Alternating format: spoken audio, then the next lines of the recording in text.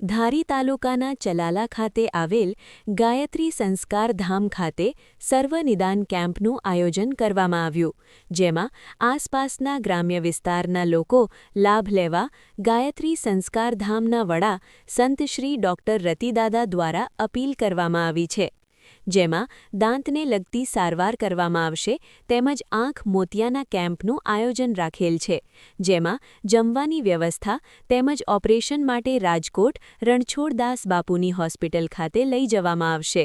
સમગ્ર આયોજન મહેશભાઈ મહેતા અને શીતલબેન મહેતા દ્વારા રાખવામાં આવેલ છે.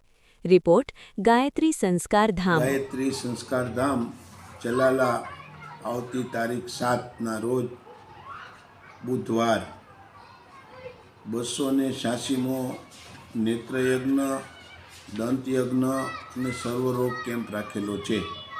તો જરૂરિયાતવાળા લોકો ધારી તાલુકો અમરેલી જિલ્લામાંથી લાભ લેવા વિનંતી છે.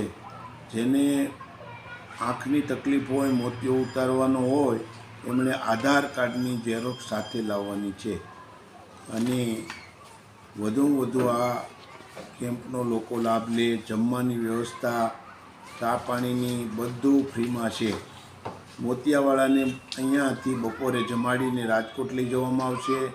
નેત્રમણી બેસાડી અને શુક્રવારે સવારમાં વહેલા પરત આવી જશે અને બધી વસ્તુ ફ્રીમાં છે.